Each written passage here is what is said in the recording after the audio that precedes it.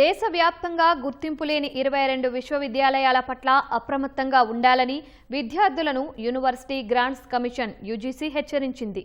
ఈ 22 నకిలీ వర్సిటీల్లో 9 దేశ రాజధాని ఢిల్లీలోనే ఉన్నాయి.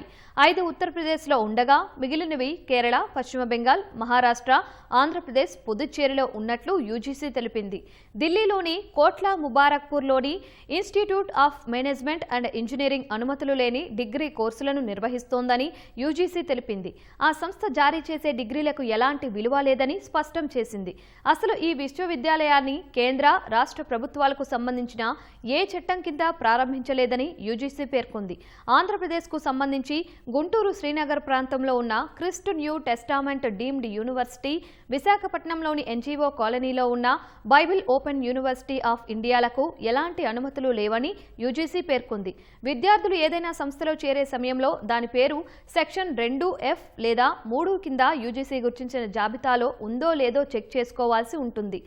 ఏఐసిటిసి, పీసీఐ, ఎన్ఎంసీ వంటి సంస్థల నుంచి ఏ కోర్సుల నిర్వహణలకు అనుమతులు లభించాయో సరిచూసుకోవాలి.